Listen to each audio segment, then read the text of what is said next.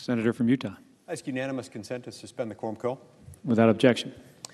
Mr. President, it wasn't too long ago when Republicans made a promise to ourselves and to the American people that before we sent another dollar, another dime, another nickel, another penny to Ukraine, we'd ensure that our own house was in order, that our own country was secure, that our own border was secure, that we would pass a real border security measure. And yet here we are, months later, preparing to dispatch nearly $100 billion. If you say it slowly, you sound a little bit like Dr. Evil in the original Austin Powers movie. $100 billion to foreign countries, while the security of our own homeland languishes. House Republicans have broken their promise, and at least a critical mass of them, under the direction of House Republican leadership, they've betrayed the American people because they've gone back completely on what we promised. Tonight, we're seeing the same movie played out on the Senate floor. Now, this occurs at a time when about 60% of Americans live paycheck to paycheck, and yet Congress continues to add to a national debt. It's about to blow past the $35 trillion mark. How then, Mr. President, can we justify this to the American people? As a Congress, are we really more concerned with the borders of a foreign country, Ukraine, and with foreign wars around the world than we are with the safety and the security of the United States and its citizens? This bill tells the American people that the answer to that question is an unambiguous, resounding yes. Congress cares more about sending billions to wage endless war in foreign countries, cares more about this than saving our own country, especially at a time when we're being invaded, when we've seen an invasion of between 8 and 13 million people over the last few years alone. That's a big deal. Now, we're forgetting the wise caution left to us by our first president, the father of our country, George Washington, who warned against entangling our peace and our prosperity with the affairs of other nations. He said, why, quote, by interweaving our destiny with that of any part of Europe, entangle our peace and prosperity in the toils of European ambition, rivalship, interest, humor, or caprice, close quote. Indeed, it seems no price is too high. No weapon system is off limits. Our only strategy appears to be spend, spend, spend, and then spend some more with little to no thought given to the consequences. It's the continuation of a lackluster approach to the Ukraine-Russia conflict, devoid of coherent strategy while allocating the vast majority of its funding to Europe and the Middle East, neglecting, of course, the looming threats from China and the warnings from great national policy experts like Elbridge Colby, who warn us time and time again that the same weapons that we're depleting, sending to other parts of the world, sending to Ukraine, are those that are in such dire need in Taiwan and elsewhere. The $13 billion in military aid to Israel is juxtaposed with the up to $9.1 billion in civilian aid going to Hamas. Now, some would say, you mean Gaza, and I say, no, I mean Hamas. You cannot send this aid, even if it's labeled as humanitarian or for some other noble-sounding purpose. If you send it to Gaza, it is aid to Hamas. Hamas terrorists, these are the same terrorists who massacred, who butchered, who savagely mutilated innocent men, women, and children in Israel just a few months ago in October. The architects of this bill undermined their own goal to secure stability and peace in the region. And so I've come to the floor in an attempt to soften the blow to the American people. And to that end, Mr. President, I'd like to call up Lee Amendment number 1902 for consideration. My amendment would require Ukraine to repay the money loaned to it and that the funds repaid be used to secure our border. If Congress is so determined to send taxpayer money abroad, then the repayment of this loan should not be waivable and must be used to secure our border.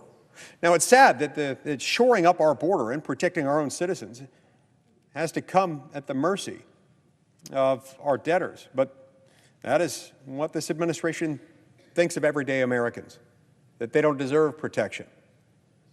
We should be voting on H.R. 2, and we should be doing that today. We should be addressing the crisis at the border. Instead, we're focused on sending money to secure Ukraine's border, not our own.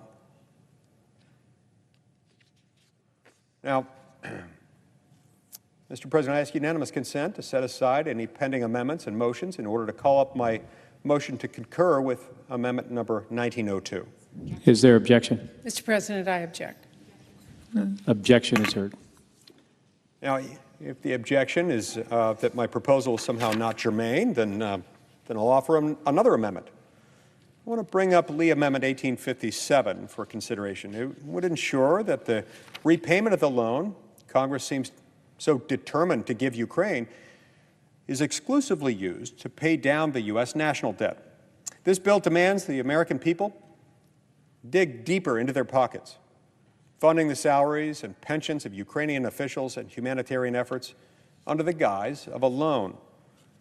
The unsettling truth is that this loan can and almost certainly will be waived, possibly leaving Americans without any reimbursement. I think that's part of the plan, in fact. Makes it easier to swallow.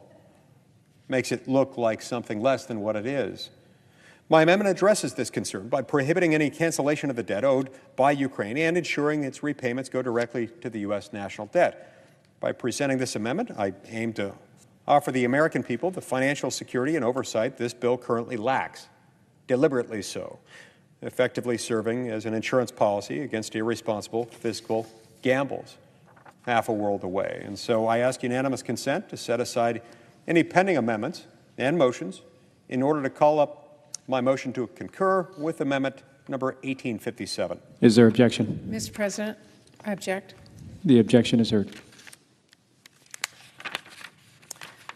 Next, I'm going to call up in a moment Lee Amendment number 1882 for consideration.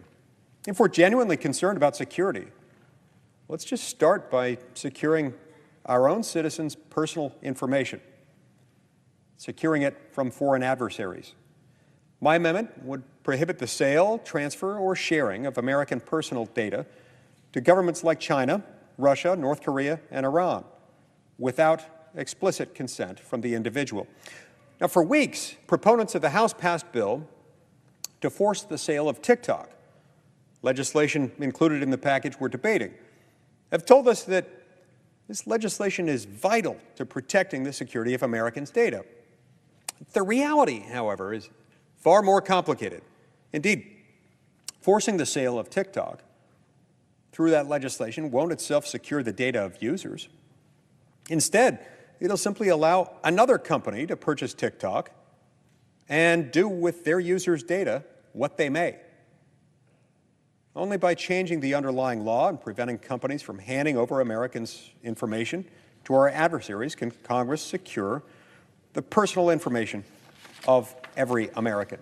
And my amendment aims to do just that, rather than engage in a regulatory game of whack-a-mole, whereby we allow ourselves to be distracted by whatever company happens to be making headlines at the moment.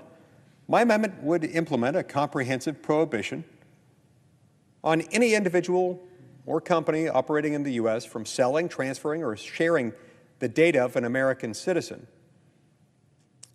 to the government of a foreign adversary without that individual's express consent. This is a serious solution to a serious problem. No company should profit by exposing the personal information of an American citizen to a hostile foreign power, whether that company is owned by a foreign national or by an American citizen. And to that end, I ask unanimous consent to set aside any pending amendments and motions in order to call my motion to concur with amendment number 1882. Is there objection? Mr. President, I object. Objection is noted. This really is too bad. These are some really good amendments, and Apparently, we're not allowed to have those. We're just allowed to, sing off of whatever hymnal they happen to hand us. It's been pre-blessed by the law firm of Schumer, McConnell, Johnson, and Jeffries. And that's unfortunate. Next, I want to call up Lee Amendment 1860 for consideration, which proposes to strike all emergency spending designations from the bill.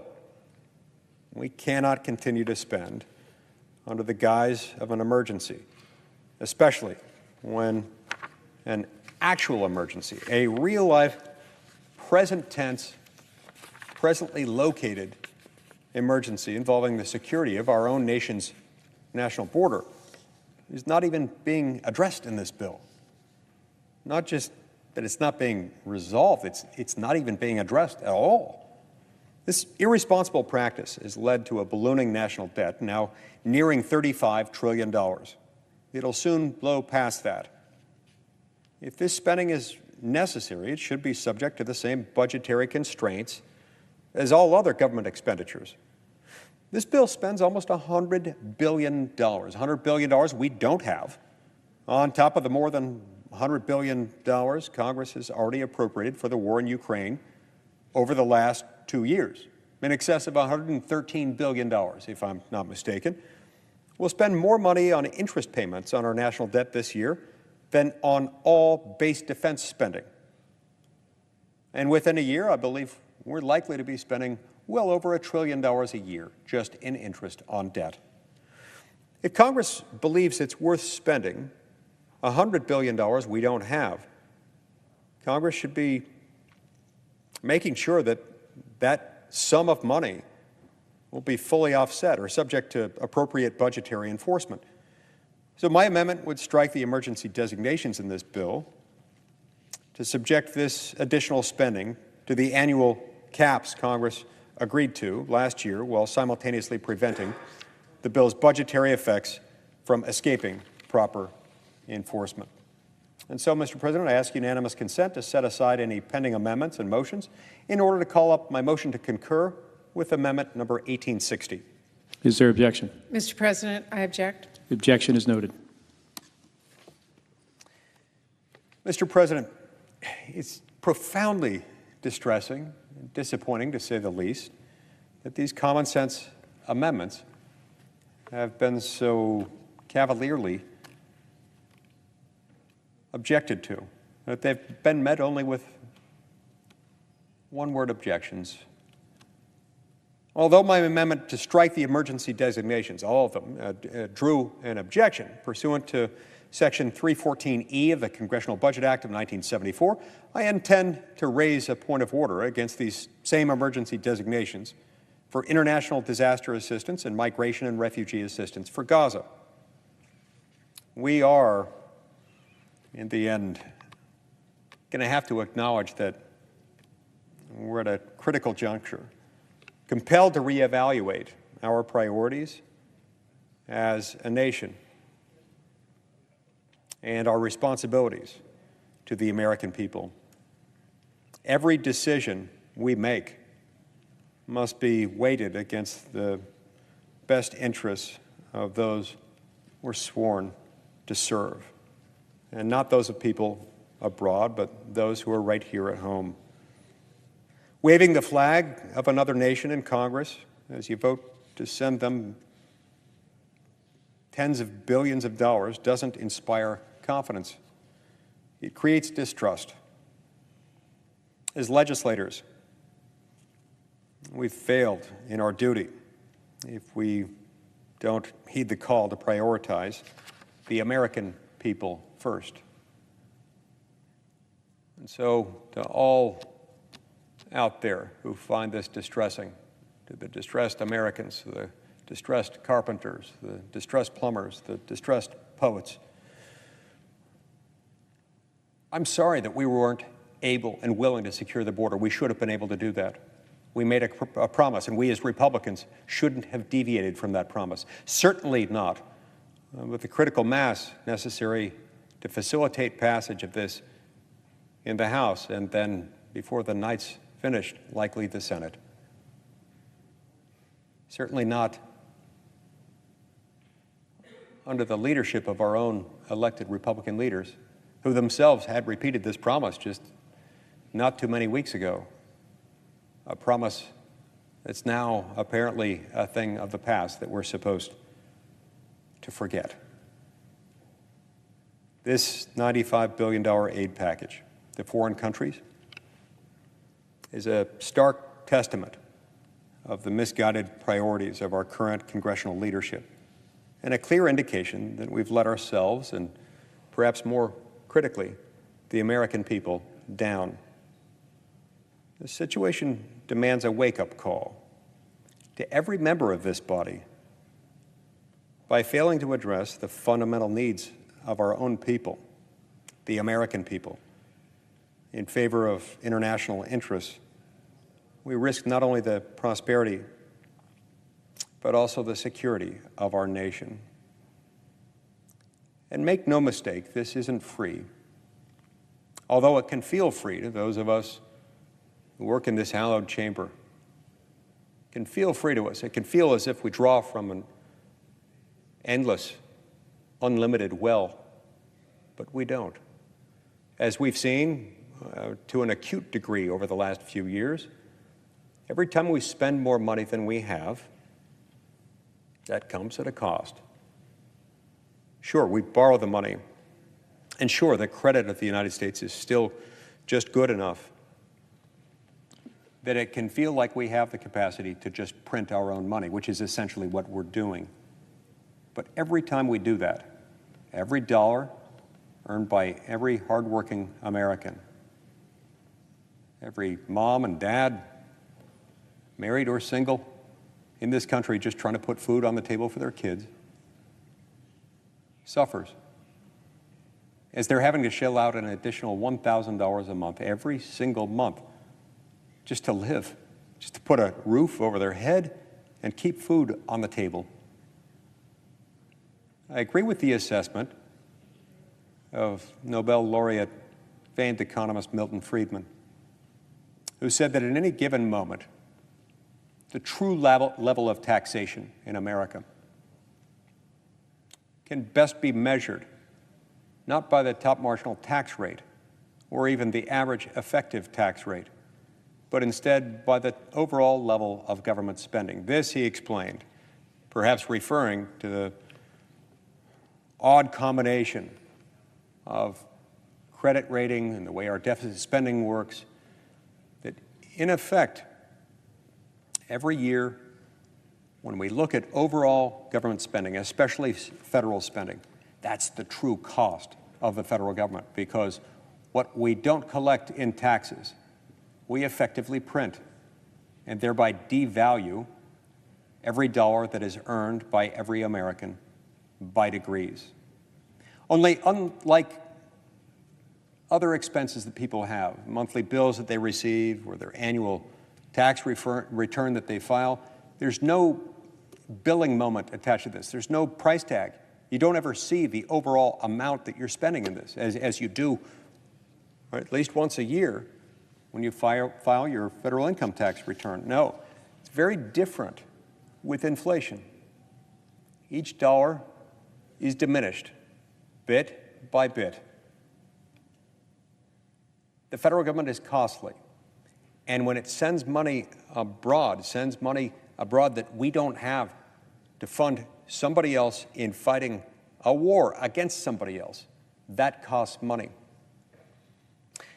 Another thing we learn about these proxy wars is that in the United States of America, which has assembled the greatest military force the world has ever known, certainly the strongest military force that exists today, proxy wars that carry on for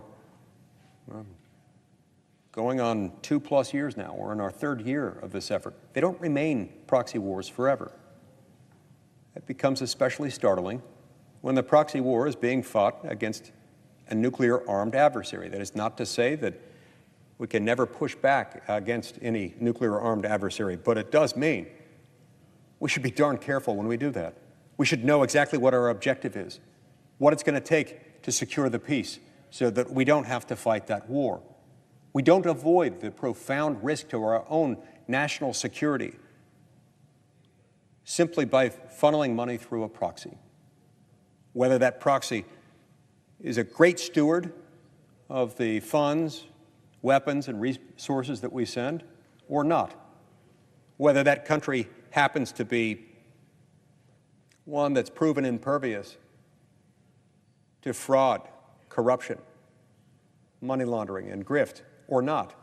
We should be concerned about what happens to that money because it's ours and because how it's spent is going to have a very direct, very real potential outcome on the American people.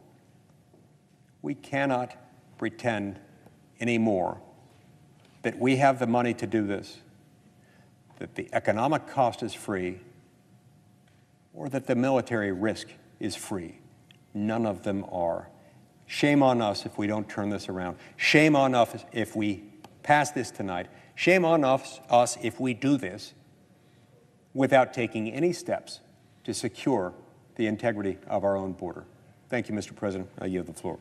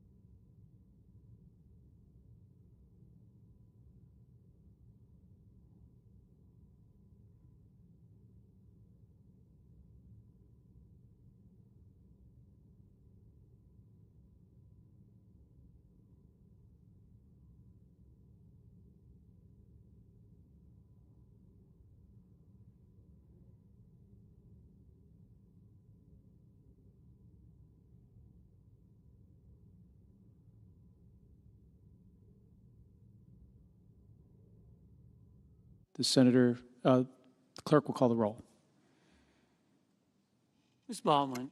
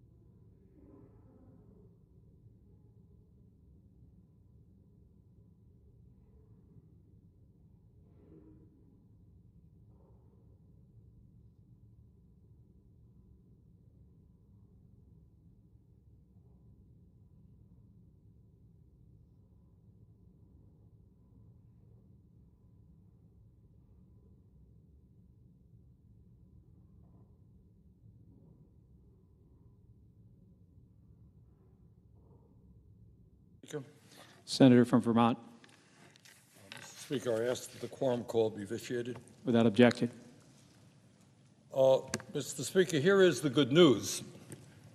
A few weeks ago, the approval rate in Congress was 10%. It has gone up to 14%. According to a recent YouGov poll, 14% approve what Congress is doing and 68% oppose. And I would tell my friends on both sides that it's about equal. In terms of who people want to elect, it's about half Democrats, half Republicans. Now, why is that? Why do we have a 14% approval rating? Well, it might have something to do with things like we are witnessing today and the degree to which the Congress is completely out of touch with where the American people are. So let me read some other polls, not on favorability, but on people's feelings toward the role the United States is now playing in the war in Gaza. April 10th, Economist YouGov poll.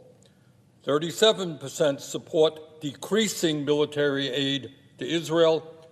18% support an increase. And to my Democratic colleagues, I would say 48% of Democrats support decreasing aid, 10% support increasing aid. Then there's a March 29th poll from Axios Ipsos Telemundo poll of Latino people. 16% of Latinos said the United States should continue to support Israel with arms and funds. 39% said the U.S. should not be involved in the conflict. March 27th, Gallup poll. 36% of Americans approve of Israel's military action, 55% disapprove. Among Democrats, 18% approve, 75% disapprove. March 27th, Quinnipiac poll. Overall, voters oppose sending more military aid to Israel by 52% to 39%. 52% oppose more aid, 39% support more aid. Democrats, 63% oppose sending more military aid, 25% support. March 11th, YouGov, 52% of Americans said the U.S. should halt weapons shipments to Israel until it stops attacks in Gaza. So you got a whole bunch of polls. They differ a little bit, but they say pretty overwhelmingly that the American people do not want to give more military aid to the Netanyahu war machine to continue its horrendous destructive policies in Gaza. That's what the American people are saying. Earlier today, I tried to bring up two amendments dealing with the crisis in Gaza. One of them basically said that the United States should not supply any more offensive military aid to the Netanyahu government. I support defensive measures, the Iron Dome. The Israeli people have a right not to be attacked with missiles and drones. That amendment could not even get a vote. That's the United States Senate today. People overwhelmingly are in opposition to more U.S. aid. We can't even discuss this issue and have a vote. Mr. President, why are the American people as opposed as they are to more aid for the military in Israel? Well, among other things, it may have something to do with what some of the Israeli leaders are saying, and in fact, who they are. And I think the American people are catching on that what we have today in Israel is not the Israel of Golda Meir, Yitzhak Rabin. It is a government now significantly controlled not only by right-wing extremists, but by religious zealots. Mr. President, today, what we are seeing is a situation where Netanyahu himself has never favored a two-state solution, and he has made that very clear and has worked to systematically undermine the prospects for a deal. And I might mention that a two-state solution is the policy of the United States government. His party's, Netanyahu's party's founding charter, reinforced in the current coalition agreement, says, quote, that, quote, between the sea and the Jordan River, there will only be Israeli sovereignty, end quote. For many years before October 7th, Netanyahu told his allies in private that it was important to bolster Hamas to ensure that the Palestinians could never unify and form their own government. In January, in terms of the humanitarian crisis in Gaza, Netanyahu said, and I quote, we provide minimal humanitarian aid. If we want to achieve our war goals, we give the minimal aid, end of quote. The rest of the government, or many others in that government, is similarly extreme. At the start of the war, the Israeli defense minister declared a total siege, saying, quote, Israeli defense minister, we are fighting human animals, and we act accordingly. There will be no electricity, no food, no fuel. Everything is closed. End quote. Another minister at the start of the war posted a picture of a devastated area in Gaza, saying it was, quote, more beautiful than ever, bombing and flattening everything, end quote. Another Israeli lawmaker said, quote, the Gaza Strip should be flattened and there should be one sentence for everybody there, death. We have to wipe the Gaza Strip off the map. There are no innocents there, end quote. Several officials have openly talked about reestablishing Israeli settlements in Gaza. The current intelligence minister, among others, openly talks of permanently displacing Palestinians from Gaza.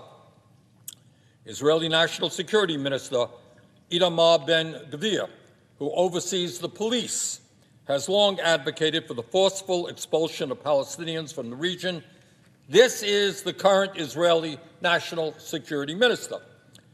Finance Minister Bezalel Smotrich, responsible for much of the occupied West Bank, has likewise long expressed extreme racist views and has called for the expulsion of Palestinians from their lands.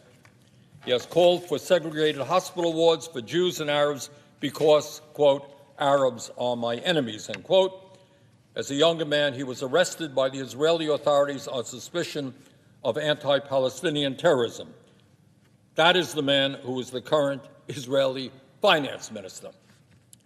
Mr. President, this is a significant part of Netanyahu's government. Those are some of the people whose war we are subsidizing. We can pretend to ignore all of this. We can pretend that today's Israel is the Israel of 20 or 30 years ago, but that is just not the case.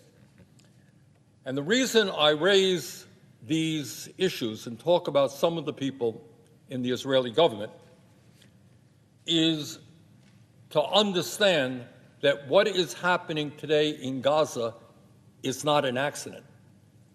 It is a bringing forth, a doing of what many of these people have wanted to do for a long time. It should come as no surprise that this extreme government in Israel right now is not simply waging a war against Hamas, and Israel has the right to defend itself from the terrorist organization Hamas, but it is at war with the entire Palestinian people and fighting that war in a deeply reckless and immoral way. And that is why the Netanyahu government has consistently ignored President Biden's requests that they do more to minimize civilian casualties, that they be more targeted in their approach, and that they let more humanitarian aid in. And so, Mr. President, given the attitude and the beliefs, the racist beliefs of a number of people in the Netanyahu government, let us take a look and see what is happening today in Gaza. We all know that Hamas, a terrorist organization, began this war with a horrific attack on Israel that killed 1,200 innocent men, women, and children and took more than 230 captives, some of whom are still in captivity today. And as I have said many times and repeated a moment ago, Israel has the right to defend itself, but it does not have the right to go to war against the entire Palestinian people, including women and children. Mr. President, let's take a deep breath and listen to some of these facts. And no one disputes these facts. War is about 6.5 months old. More than 34,000 Palestinians have been killed and 77,000 have been wounded, 70% of whom are women and children. 70% of whom are women and children. That means that 5% of the 2.2 million people in Gaza have been killed or wounded in a 6.5-month period. That is an astronomical figure. The number of people dead and wounded, the percentage of them, 70%, who are women and children, is almost beyond comprehension. Mr. President, 19,000 children are now orphans in Gaza, 19,000 having lost their parents in this war. And when you think about the children in Gaza, literally it is hard to imagine. Imagine a 7-year-old in an area where the whole community has been flattened, where there's massive death, where there is no food, there is no water, you have no schools. Your parents may or not be alive, relatives are dead. That is what the children in Gaza are going through right now. And I doubt that any of them will ever fully recover from the psychic trauma, the terrible, unbelievable trauma that they are experiencing at this moment. And, Mr. President, the killing has not stopped. Over the weekend, 139 Palestinians were killed and 251 were injured. Of these, 29 were killed in and around Rafah, including 20 children and 6 women, one of whom was pregnant. Just today, more news emerged about mass graves found by Palestinian health authorities and UN observers at the Nasser Hospital in Khan Yunis and the Shifa Hospital in Gaza City. So far, more than 300 bodies have been found. The UN Human Rights Office reports that the dead include elderly people, women and wounded people, and that some have been bound and stripped of their clothes. Some of these bodies apparently had their hands tied, the UN said. Mr. President, what can we say about this horror? Roughly 1.7 million people, and it's, again, hard to understand. Maybe members of Congress, think about your own state and what this would mean and look like in your own states.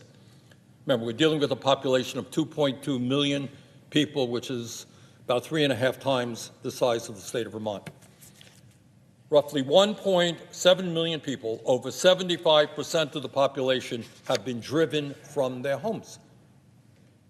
It's not a community which has been forced to evacuate in order for a military action to take place. This is 3/4 of the population driven from their homes. Satellite data shows that 62% of the homes in Gaza have been damaged or destroyed, including 221,000 housing units that have been completely destroyed.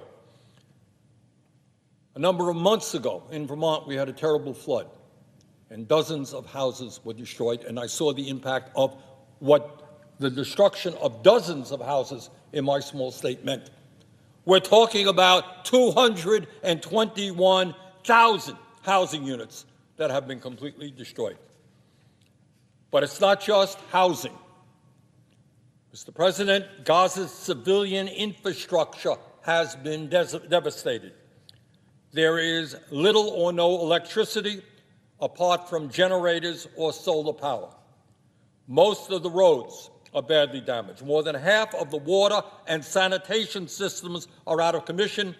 Clean water is severely limited, and sewage, raw sewage, is running through the streets, creating disease. But it's not just housing and civilian infrastructure. And this is quite unbelievable. But there is a reason, I think, for all of this. None of this is happening by accident. Mr. President, Israel has systematically destroyed the healthcare system in Gaza. We're not talking about an occasional accidental bomb that destroys a medical unit or a hospital. Those things happen. What we are talking about is the reality that 26 out of 37 hospitals are completely out of service. They have been bombed and attacked in all kinds of ways. The 11 hospitals that are remaining are partially functioning, but they are being overwhelmed by tens of thousands of trauma patients, and they are short on medical supplies. So you got 77,000 people who have been wounded, and you got almost all of the hospitals out of commission. And I met recently with a group of American and British doctors recently returned from Gaza, where they had gone, bravely risking their own lives, to try to help alleviate the terrible suffering taking place there. And it is difficult to relate the unspeakable things they witness. They saw thousands of patients, many young children, killed or maimed in Israeli bombings. They operated on little children already orphaned on dirty hospital floors. On many days, they had no morphine. On other days, no water or clean gloves. They knew that many victims, even if they survived the week, would die of infection without access to sanitary environments or antibiotics. They reported that the Israelis would not allow them to bring in wheelchairs or syringes, claiming they might have some military use. They witnessed Israeli forces systematically cutting off electricity, food, and water to hospitals, then abduct medical workers with no affiliation to Hamas. They reported that Israeli soldiers destroyed medical equipment like MRIs, oxygen tanks, and CT scanners for no apparent reason. These are American doctors who witnessed these things. Overall, 84% of health facilities have been damaged or destroyed, and more than 400 healthcare workers have been killed, an extraordinary number. But we're not just talking about housing being decimated. We're not just talking about physical infrastructure being decimated. We're not just talking about a healthcare system being decimated. Mr. President, Gaza is a young community. A lot of children live there, and their educational system has been destroyed. 56 schools have been bombed and completely destroyed, and 219 have been damaged. Schools. The last of Gaza's universities, I think they had 12 universities in Gaza, and the last one was demolished in January. Now, I'm not quite sure how fighting Hamas has anything to do with destroying universities, but it does lead to the fact that some 625,000 students in Gaza have today no access to education. Mr. President, just today, David Satterfield, the U.S. Special Envoy for the Gaza humanitarian crisis, said that the risk of famine throughout war-devastated Gaza, especially in the north, is, quote-unquote, very high, and that more aid must reach those areas. He said, and I quote, "We have always stressed that we were in a man-made situation, and it can only be addressed by political will and decisions," end of quote. So on top of the destruction of housing, infrastructure, health care, and education, we're now looking at mass starvation and malnutrition. The United Nations estimates that more than 1 million Palestinians, including hundreds of thousands of children, face starvation. Desperate Gazans have been scraping by for months, foraging for leaves or eating animal feed. At least 28 children have died of malnutrition and dehydration, and that is a number that came out several weeks ago. There's no reason to believe that the real number is not much, much higher. USAID Administrator Samantha Power said that famine was already present in northern Gaza. Without food, clean water, sanitation, or sufficient health care, hundreds of thousands of people are at severe risk of dehydration, infection, and easily preventable diseases. Yet, for months, thousands of trucks carrying life-saving food, medicine, and other supplies have sat just miles away from starving children. Got that? And I hope we all try to put that image in our minds. Starving children over here, trucks loaded with food on the other side of the border, unable to get through. And they were kept from entering Gaza by Israeli restrictions and a brutal war fought with little regard for civilians. But let us be clear, and I think this is the main point that I want to make this evening. This war stopped being about defending Israel and going to war against Hamas a long time ago. This is not any longer a war against the terrorist organization called Hamas. This is now a war that has everything to do with the destruction of the very fabric of Palestinian life. That is the goal of this war. It is impossible to look at these facts and not conclude that the Israeli government's policy has been to make Gaza uninhabitable. That's what some of their government leaders have wanted, and that is, in fact, what is happening. These are not accidents of war, mistakes. This is calculated policy. Indeed, this is what has been going on systematically over the last 6 months. These cruel actions are entirely consistent with the public statements of numerous Israeli senior officials, including Prime Minister Netanyahu himself. Mr. President, that brings us to the United States' role in this horrific war.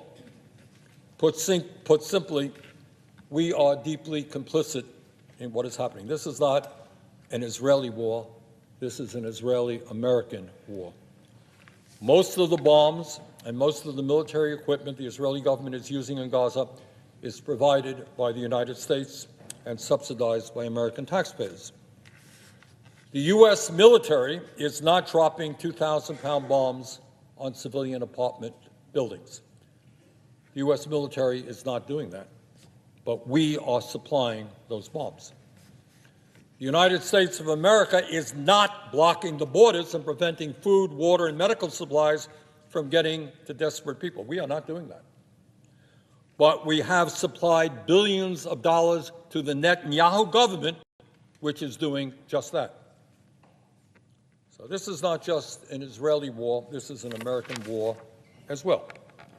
And yet, despite the massive financial and military support the United States has provided to Israel for many years, Netanyahu's extremist government has ignored urgent calls from the president and others to alter their military approach and to end this humanitarian disaster. In my view, the United States' unconditional financial and military support for Israel must end. And that is why I offered an amendment to this bill to do, in fact, what a majority of the American people want us to do, and that is no longer to provide military aid to the destructive Netanyahu government.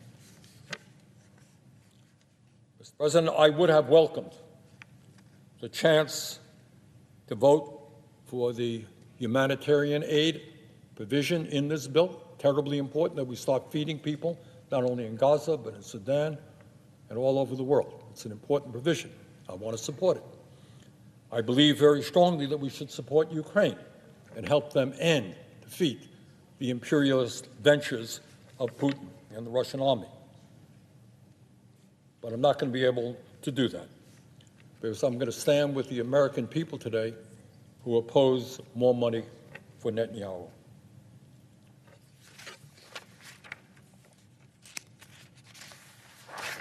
So let me conclude, Mr. President, by simply saying this.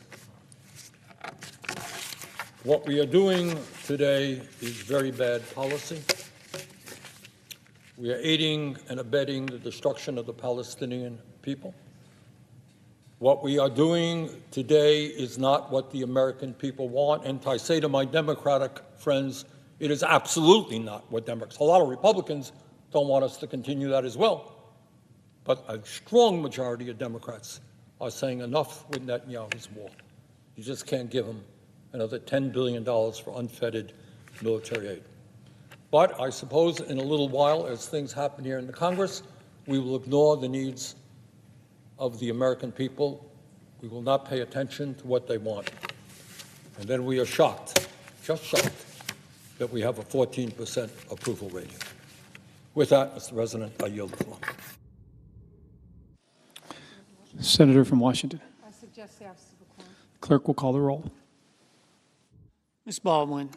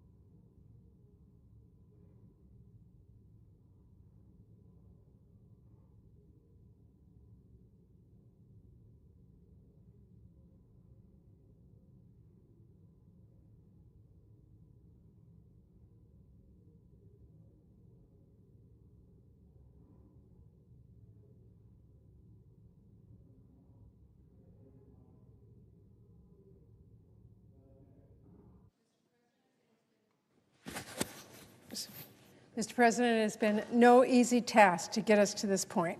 The world has been watching. The clock has been ticking. We are finally at the finish line, and I'm not just glad but relieved. We are finally about to pass a bill from the House that, as many of us have noted, includes every pillar of the package we passed overwhelmingly here in the Senate back in February, essentially identical in the funding that we're providing. I think it's fair to say, thanks to the bipartisanship and a shared commitment to doing what is best for America, the Senate has made its voice heard in this process. In particular, I want to once again thank my counterpart and Vice Chair, Senator Collins. We don't agree on everything, but we both had a real appreciation for the seriousness of this work and the importance of negotiating a bill that would pass both chambers. As I have said, this package is not the product I would have written just by myself. It is the result of a difficult bipartisan process.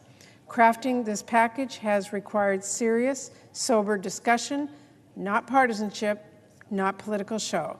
So thanks to Senator Collins, Leader Schumer, the Minority Leader, and many others, this legislation provides the resources necessary to make the world safer for America and its allies. We are delivering investments to address the challenges of today and investing in our strategy for the future. This package makes clear that Congress understands that the conflict in Ukraine is not disjointed from future aggression by the Chinese Communist Party. From the beginning, I was clear the challenges we face around the world are interconnected. We have to deliver a comprehensive package. Half steps cannot cut it. This package ensures that America keeps its word to all of our allies and stands by all of our commitments. And especially important to me, in passing this package, we do not lose sight of the human reality on the ground. The fact that in the middle of every conflict are civilians, people displaced from their homes, people facing obstacles, getting basic medical services, and kids and families who desperately need food and water. I made certain at every step that this bill delivers badly needed humanitarian assistance for Gaza, Sudan, Ukraine, and many other regions caught in conflict.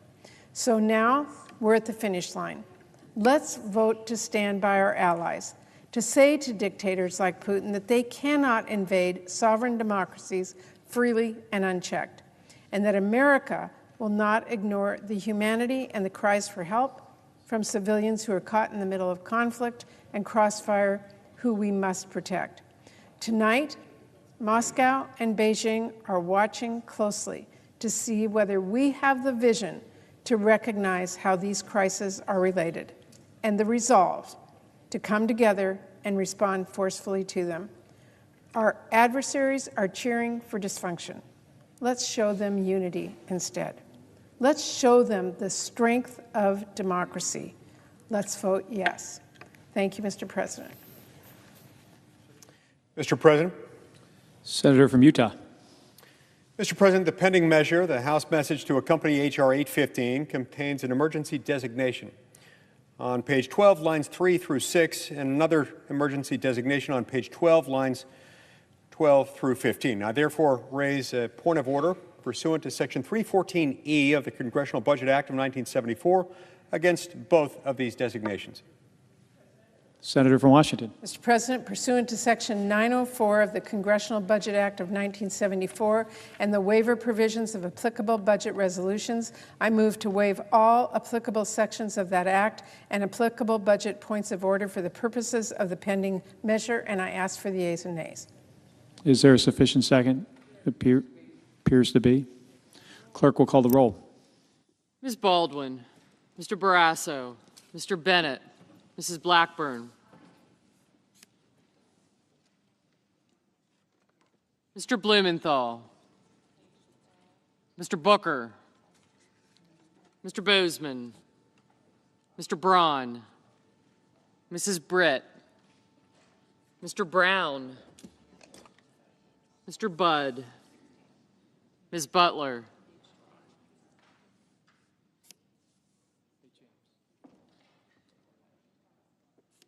Ms. Cantwell,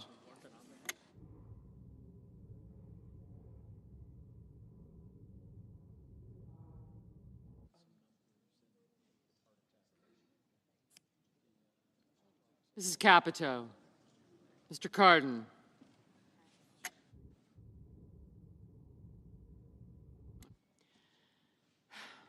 Mr. Carper, Mr. Casey, Mr. Cassidy, Ms. Collins, Mr. Coons, Mr. Cornyn, Ms. Cortez Masto, Mr. Cotton, Mr. Kramer, Mr. Crapo, Mr. Cruz, Mr. Daines, Ms. Duckworth, Mr. Durbin,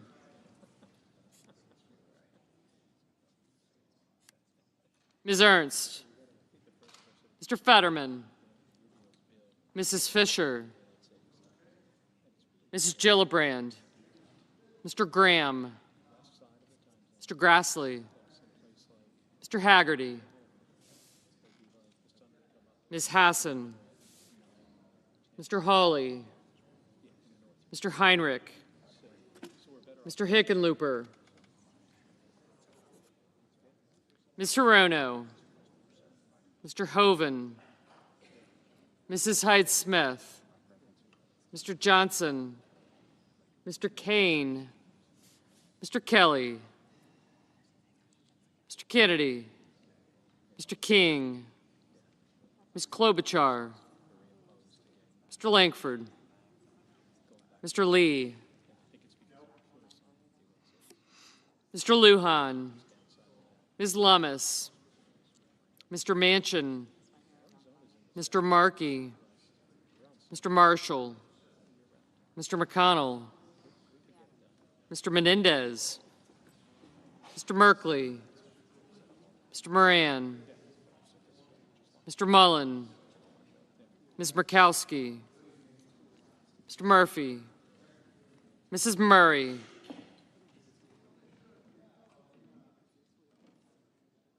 Mr. Ossoff, Mr. Padilla, Mr. Paul, Mr. Peters, Mr. Reed, Mr. Ricketts, Mr. Risch, Mr. Romney, Ms. Rosen, Mr. Rounds, Mr. Rubio, Mr. Sanders, Mr. Schatz, Mr. Schmidt,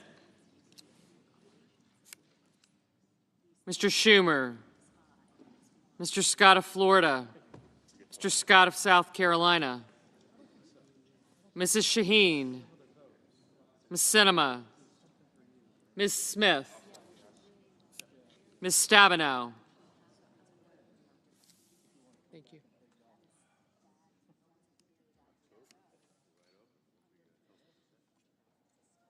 Mr. Sullivan, Mr. Tester, Mr. Thune, Mr. Tillis, Mr. Tuberville, Mr. Van Hollen, Mr. Vance, Mr. Warner, Mr. Warnock, Ms. Warren, Mr. Welch, Mr. Whitehouse, Mr. Wicker, Mr. Wyden, Mr. Young.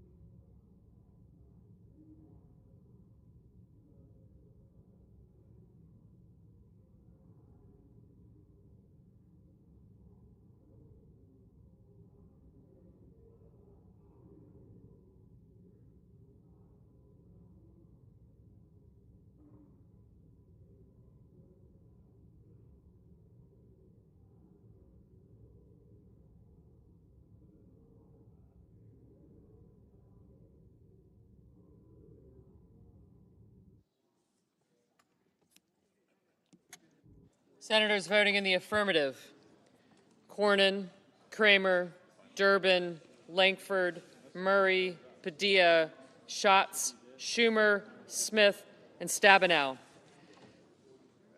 Senators voting in the negative: Blackburn, Lee, and Scott of Florida.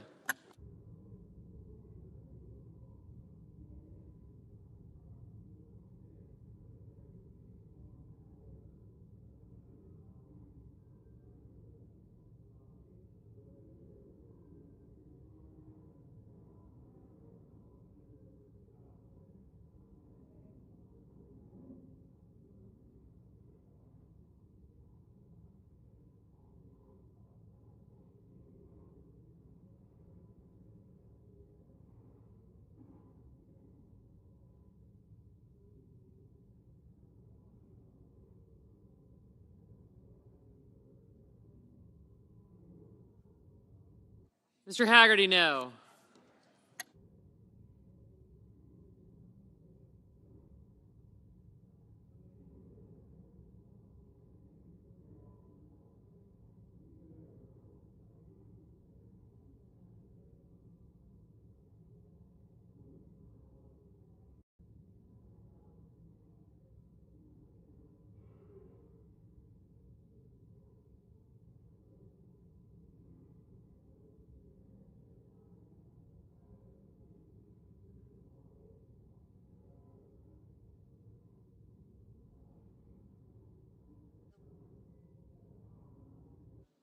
Got it. Mr. Sullivan, aye. Mr. Schmidt, no.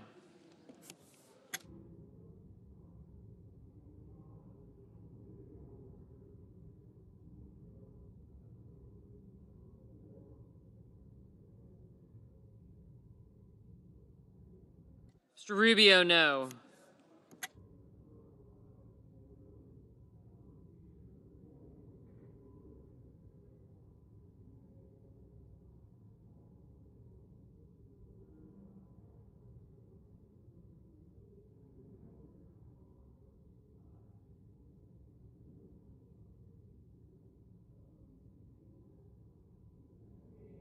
Mr. King, aye.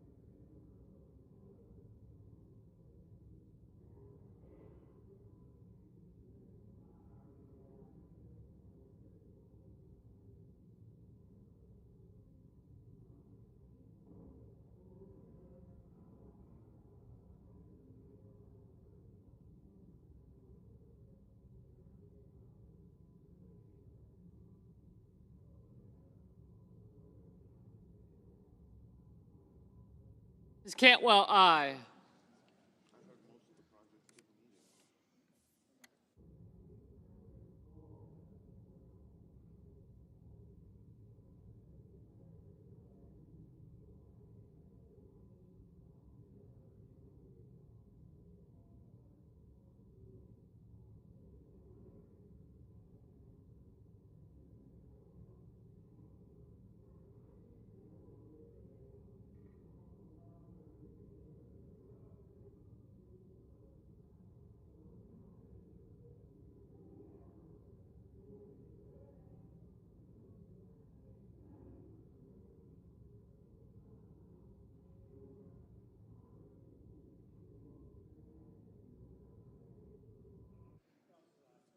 Mr. Rounds, aye.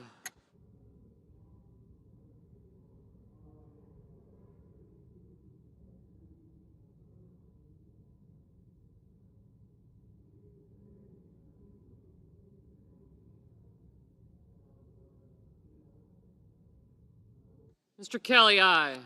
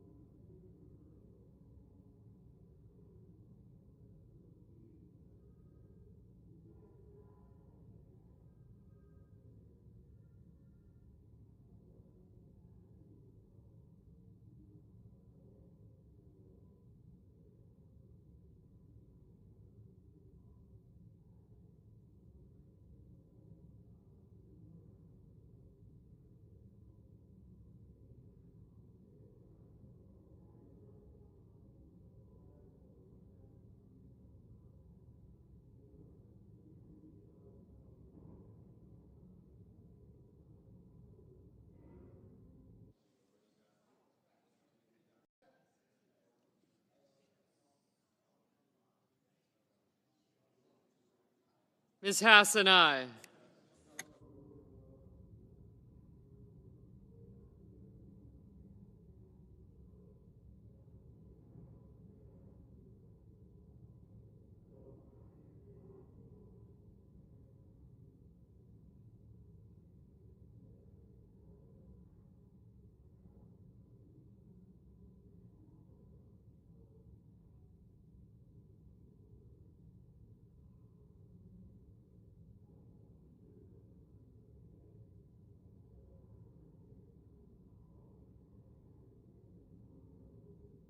Mr. Fetterman, aye.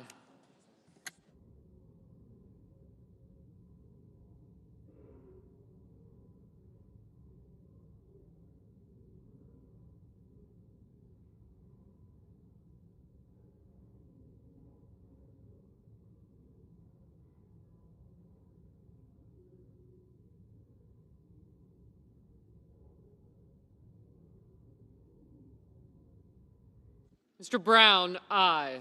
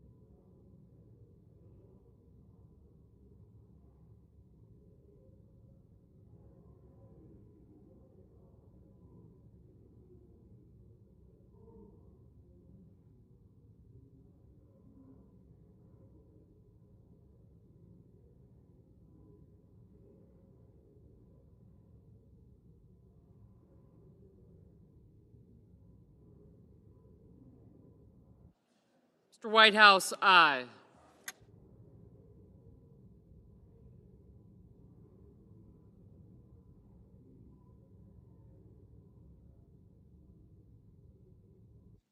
Ms. Warren, aye.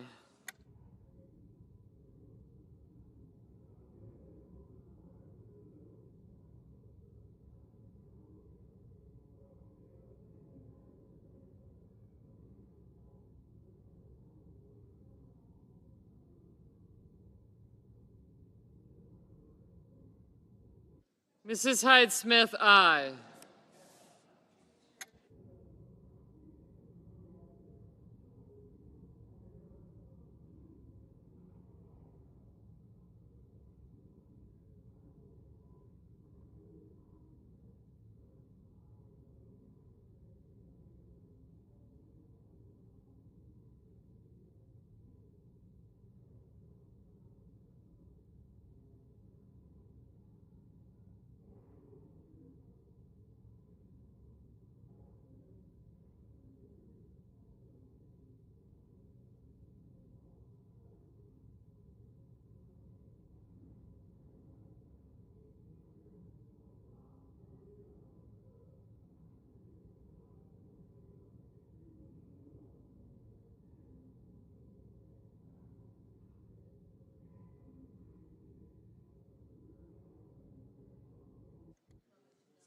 Ms. Lummis, no.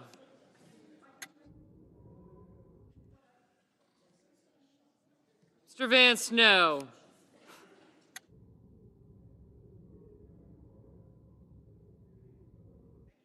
Mr. Kane, aye.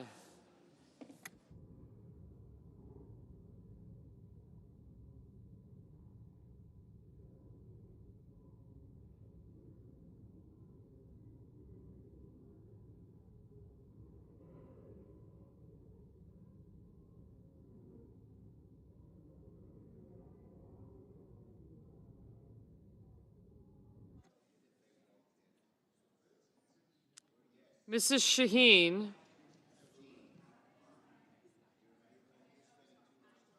Mrs. Shaheen, aye. Ms. Klobuchar, aye. Mr. Warner, aye.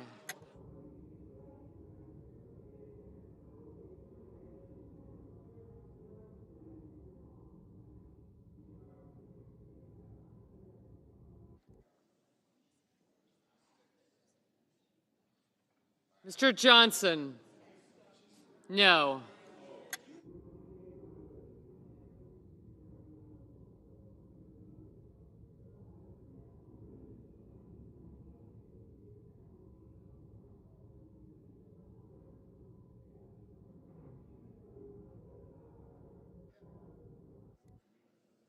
Mr. Heinrich, aye. Mr. Romney, aye. Mr. Blumenthal, aye.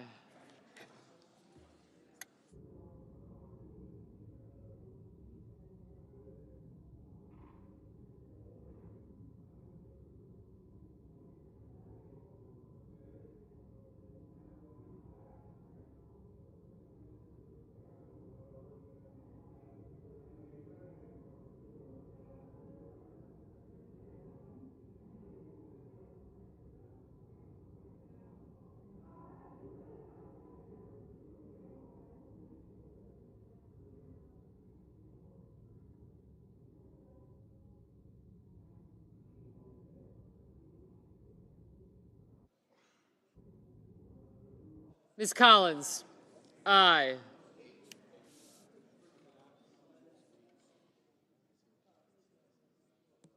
Mr. Carper, aye.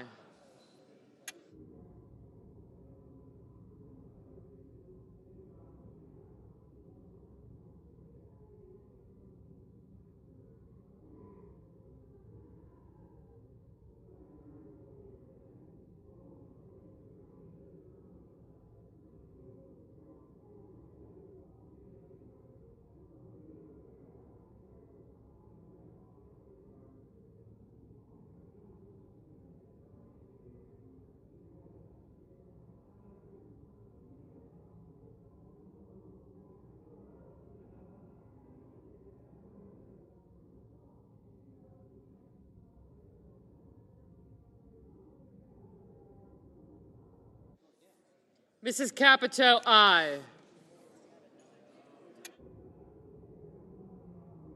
Mr. Wyden, aye. Ms. Cortez Masto, aye.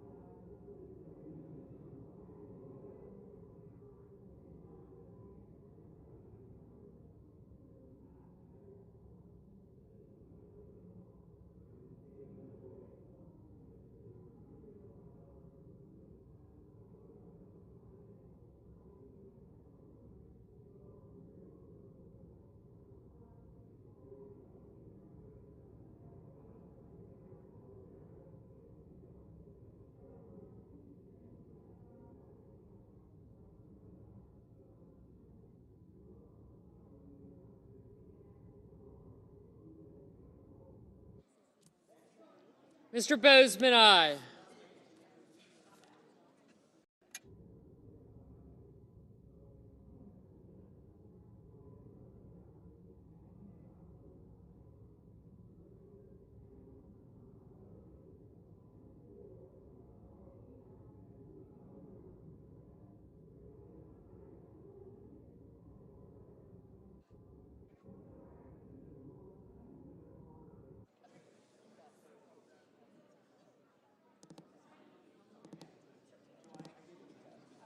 Mr. Thune, aye.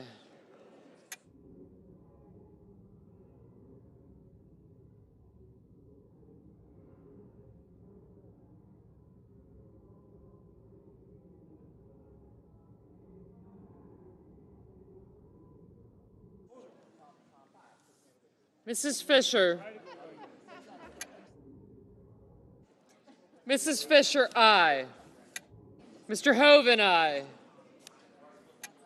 Mr. Marshall, no.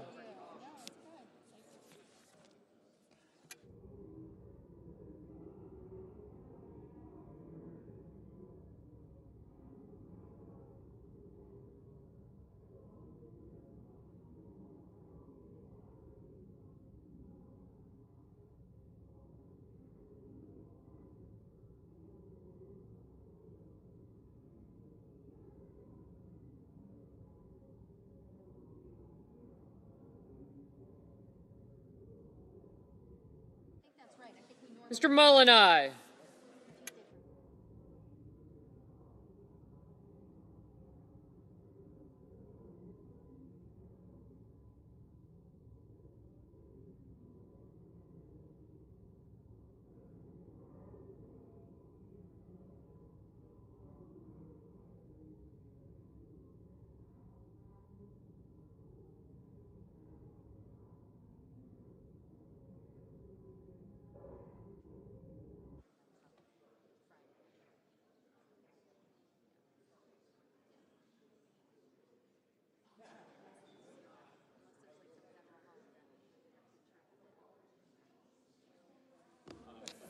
Mr. Bennett, aye.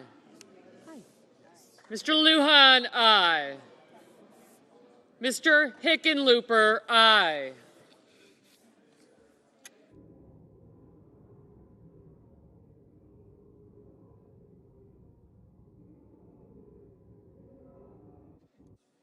Mr. Kennedy, aye. Ms. Butler, aye. Mr. Ossoff, aye.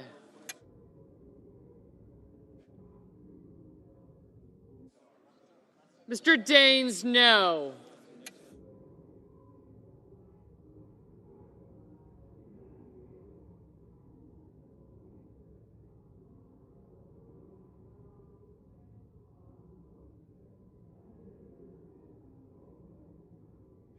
Mr. Warnock, aye.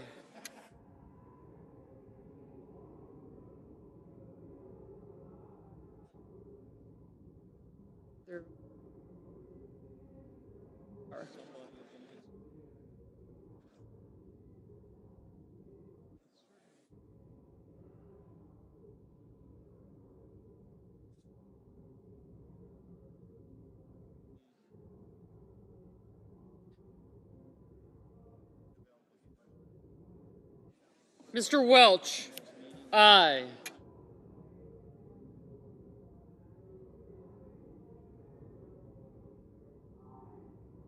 Mr. Wicker, aye.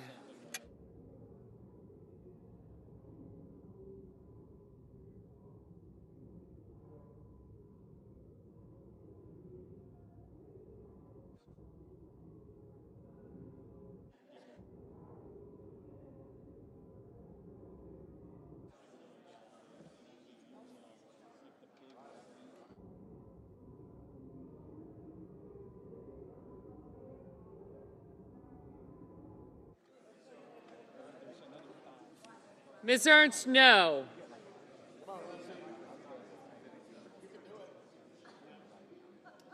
Mr. Graham, aye.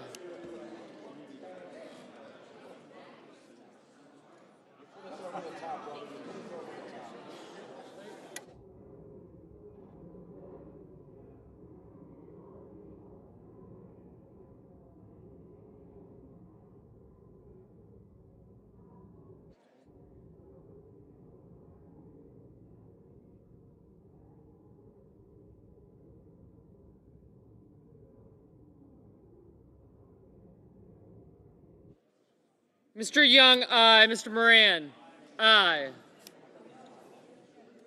Mrs. Britt, no. Ms. Sinema, aye.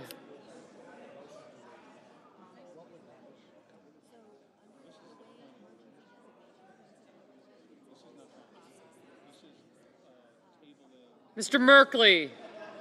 Aye. Mr. Peters? Aye. Ms. Hirono? Aye. Ms. Baldwin? Aye.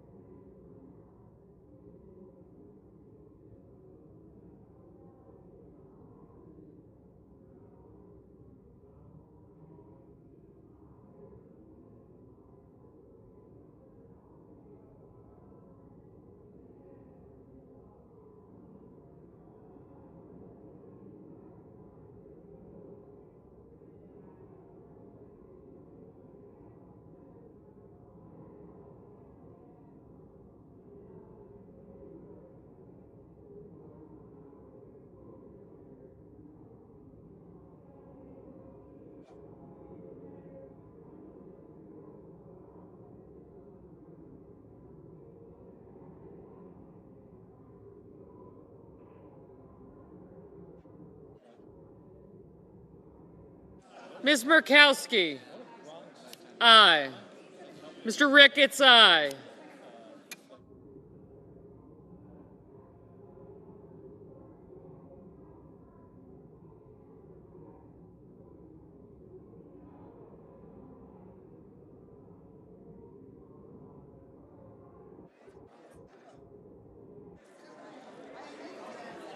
Mr. Tillis? Aye.